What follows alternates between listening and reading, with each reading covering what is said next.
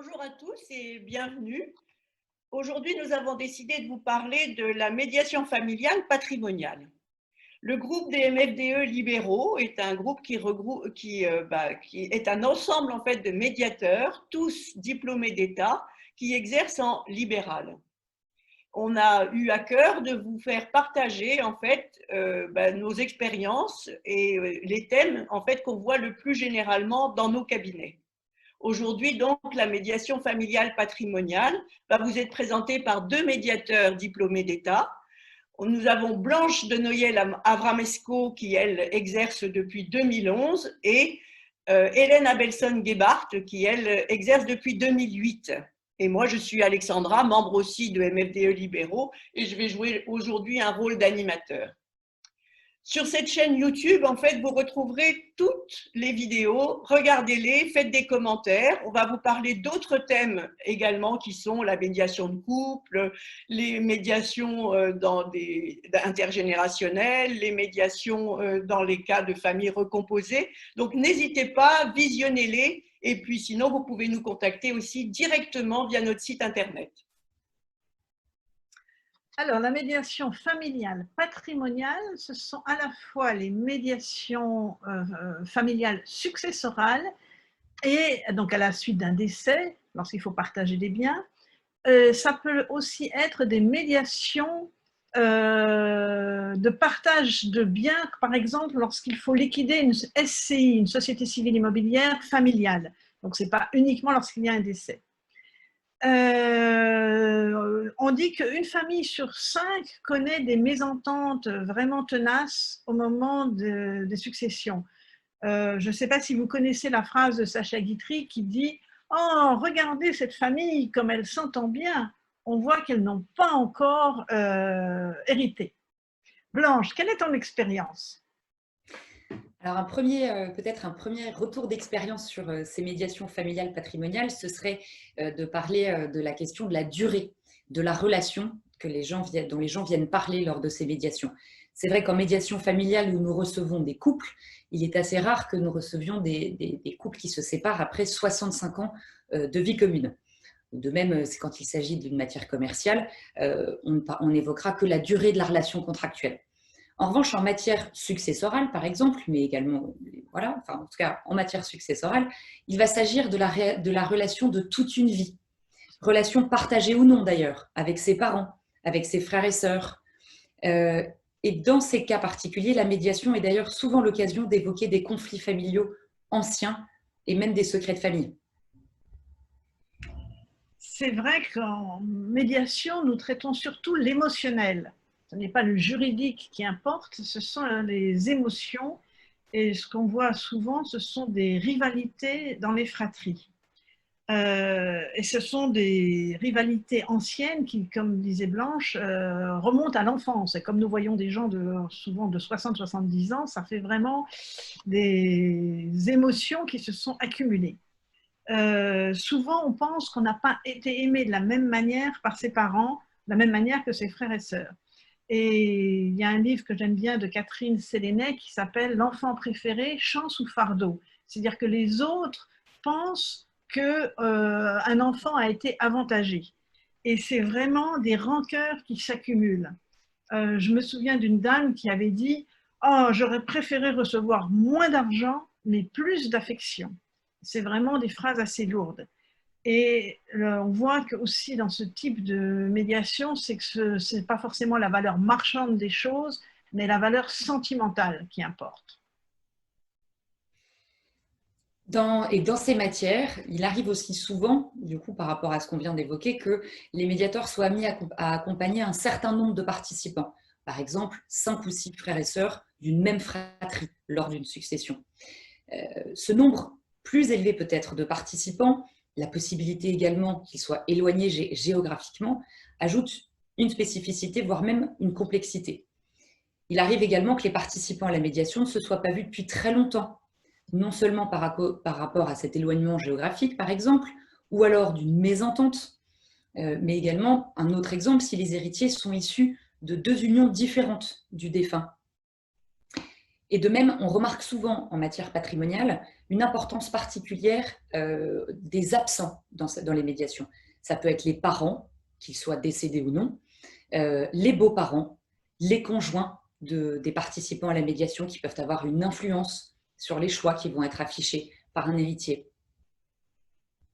Oui, je disais tout à l'heure que ce sont des médiations émotionnellement très chargées. Je vois quand dans le partage d'une SCI, souvent c'est la maison familiale qu'il faut partager. Et là, la maison, elle est liée à des souvenirs. Il y a toujours plusieurs solutions à des problèmes. Par exemple, qu'est-ce qu'on fait de cette maison? Est-ce qu'on fait une jouissance partagée? Est-ce qu'on la vend? Est-ce qu'on la met en location? Il y a toujours, le problème, c'est souvent le coût, la charge qui est trop importante par rapport à l'usage qui en est fait. Là où ça se complique encore plus, c'est lorsque c'est une entreprise qui est dévolue aux héritiers. Parfois, les parents ont donné l'entreprise à un des enfants pour qu'il continue cette entreprise. Et là, les rancœurs s'accumulent. Un autre point de crispation dans ces médiations familiales patrimoniales, c'est l'évaluation des biens. Comme je dis toujours, lorsqu'on vend, c'est jamais assez cher, mais lorsqu'on achète, c'est toujours trop cher. Donc là, c'est vraiment un point délicat, on va dire. Tu évoquais, Hélène, le fait qu'il allait pouvoir se poser la question du sort des biens en médiation patrimoniale et des différents avis que peuvent avoir, par exemple, les actionnaires des SCI que tu évoquais. Et ce qui est vrai, c'est qu'une autre spécificité des médiations familiales patrimoniales, ça va être cette dimension intergénérationnelle. Et c'est vrai que pour nous, c'est-à-dire quand on a des personnes qui ont des âges différents. Et pour nous, les médiateurs, c'est important de pouvoir être attentifs à l'égalité des places de chacun en médiation. Et plusieurs éléments peuvent venir perturber ou fragiliser cet équilibre. Par exemple, le nombre de participants, comme on le disait, ce n'est pas toujours évident que chacun puisse se sentir entendu. Un autre élément, ça va être l'âge des différents participants, quand il est très différent. Par exemple, ça peut être des neveux et des nièces qui viennent à la place de leur propre parent qui est décédé, mais finalement discuter avec leurs oncles et tantes de la succession d'un grand-parent. Une différence de lien avec le défunt aussi, liée à l'âge ou à d'autres aspects, peut également venir questionner la question de l'égalité de la place en médiation successorale. Et dans ce lien avec le parent, j'ai par exemple, je pense à une situation, une fois en médiation, j'ai reçu un frère et une sœur, et la sœur évoquait une tradition familiale qui lui avait été transmise par leur mère, qui était que les bijoux de famille ne se transmettaient que par les femmes. Et donc elle souhaitait perpétuer cette tradition et donc se voir attribuer l'intégralité des bijoux de sa mère. Elle avait donc un frère et le frère, évidemment, lui, n'était pas d'accord avec ça, d'autant plus que lui-même avait 3 filles et qu'il estimait qu'il était tout à fait injuste que les bijoux reviennent intégralement à sa sœur. Donc on voit aussi que les liens qu'on peut avoir avec les défunts viennent aussi interférer par rapport aux solutions et aux besoins qui vont être exprimés par les participants à la médiation. Oui, je vous remercie beaucoup, je trouve ça absolument passionnant. Je suis sûre que beaucoup vont se retrouver à travers les situations que vous avez évoquées. Maintenant, quelque chose me vient en tête et je pense que souvent, que beaucoup de personnes se posent la question, c'est à quel moment, en fait, on va trouver le médiateur? À quel moment? Ça, c'est une question récurrente. En tant que médiateur, nous disons, plus on vient tôt, moins c'est enquisté, on dit dans notre jargon. C'est-à-dire que les choses n'ont pas eu le temps d'empirer. Idéalement, ce serait les parents qui devraient faire une médiation de leur vivant, je parle en matière de médiation successorale, c'est-à-dire d'expliquer à leurs enfants pourquoi ils donnent tel bien à tel enfant. Et ça permettrait, donc c'est ce qu'on appelle des médiations de prévention et de limiter les conflits. Parce que là, c'est expliqué. Parce que souvent, les gens ne comprennent pas à l'ouverture du testament pourquoi les parents ont pris telle ou telle décision.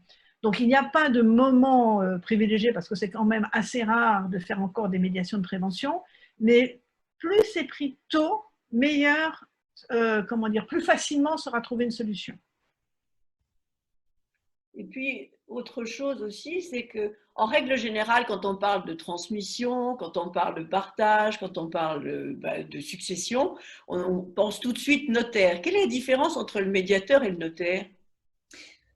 Le notaire va plus avoir peut-être un rôle qui va se rapprocher de celui du conciliateur, en ce sens qu'on va chercher avec son notaire ses compétences professionnelles, son conseil et donc voire même son avis. On va lui demander son avis sur quels vont être les meilleurs choix à faire à différents égards, par exemple les incidences fiscales de telle ou telle orientation. On va venir chercher l'avis du notaire.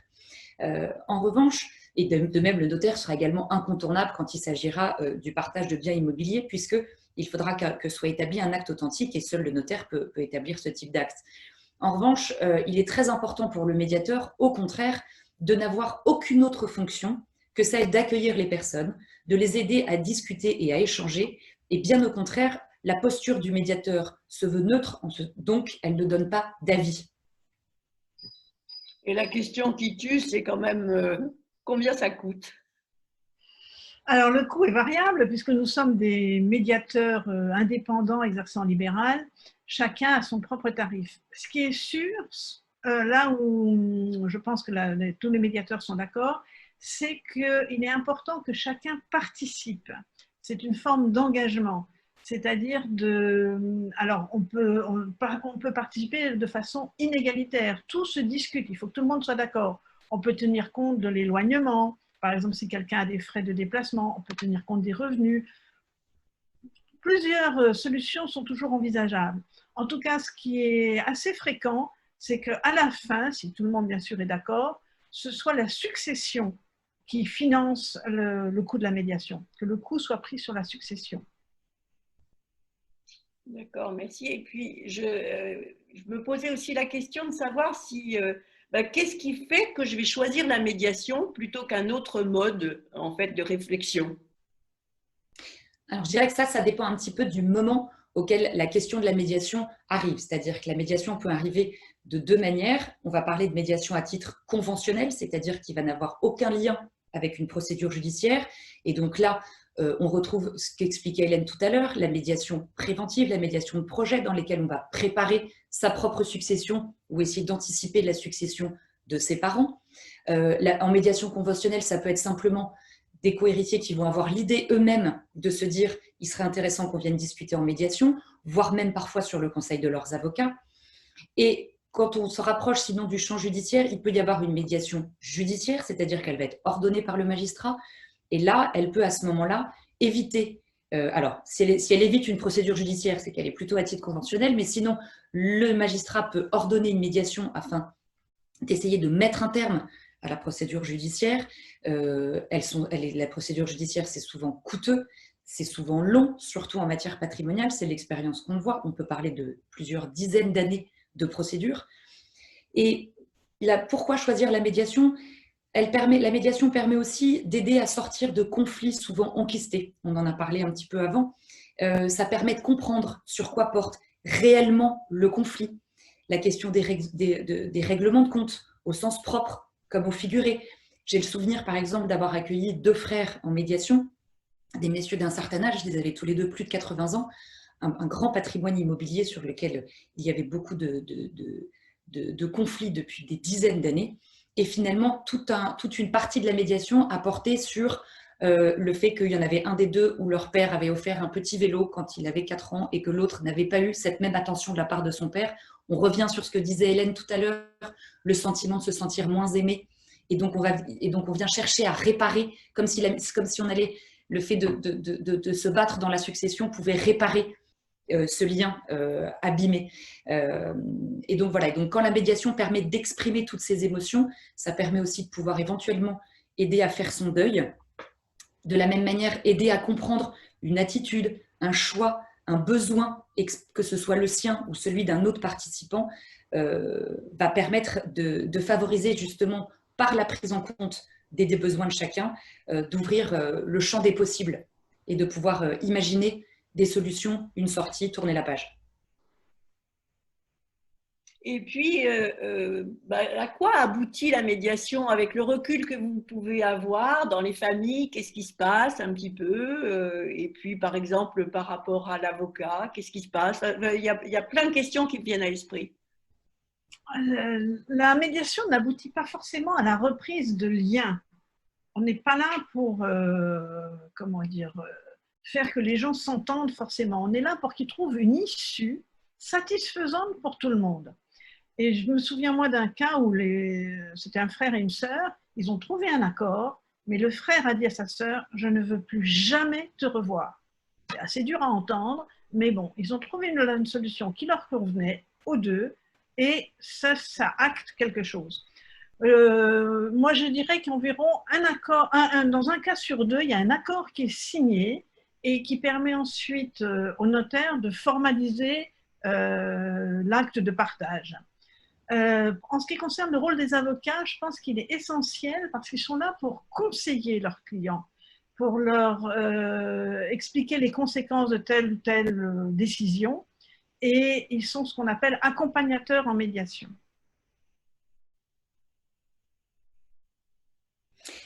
Eu égard à toutes les spécificités évoquées, c'est vrai que c'est important de savoir qu'il peut y avoir différentes pratiques parmi les médiateurs, et ça me semblerait intéressant d'évoquer en tout cas ma pratique, qui est le choix que je fais de conduire systématiquement en comédiation, c'est-à-dire que nous sommes deux médiateurs, nous avons exactement le même rôle, la même place dans cette médiation, mais je fais ce choix que nous soyons systématiquement deux dans ces médiations familiales patrimoniales. Voilà, j'ajouterais sans forcément doubler le prix. Sans forcément doubler le prix, absolument. Et c'est vrai que le constat que je fais, que nous faisons, les médiateurs qui pratiquent la comédiation, c'est de se dire qu'on n'est souvent pas trop de deux pour être attentive à chacun, aux besoins de chacun, aux émotions de chacun, mais également pour pouvoir accueillir toute la variété des sujets, des problématiques qui peuvent être évoquées lors de ces médiations. Ce double regard, je trouve, est particulièrement riche dans ces médiations familiales patrimoniales. Et j'ajouterais aussi qu'il faut penser à, on parlait tout à l'heure de la distance géographique, à la visioconférence. Ça m'est arrivé de le faire avec quelqu'un qui était par exemple en Amérique, et si tout le monde est d'accord et est à l'aise, l'un peut être en visioconférence. C'est une possibilité qui est maintenant nous est offerte. Eh bien, c'est vraiment passionnant. Si j'ai envie de trouver un médiateur, je vais où? Comment je fais pour trouver un médiateur? Alors, nous adresser à un médiateur familial diplômé d'État. Vous trouverez, je crois, à la fin de cette vidéo, notre site, donc mfdelibéraux.fr, où on essaye d'avoir des médiateurs sur tout le territoire en France. D'accord. Bon, comme je vous l'ai dit au départ, vraiment les médiateurs sont des professionnels et ils sont formés spécialement pour accompagner les familles, les personnes, les couples dans tous les types et dans tous les champs de la médiation familiale. Donc, je vous remercie beaucoup pour votre attention. Surtout, n'hésitez pas à vous référer aux différentes vidéos que vous pourrez retrouver aussi sur notre chaîne YouTube. On va aborder beaucoup d'autres sujets qui sont la médiation de couple, la médiation intergénérationnelle. Je suis sûre que vous retrouverez dans toutes ces situations. Donc, n'hésitez pas à vous connecter sur notre chaîne YouTube MFDE Libéraux. Et merci vraiment pour votre attention. Au revoir.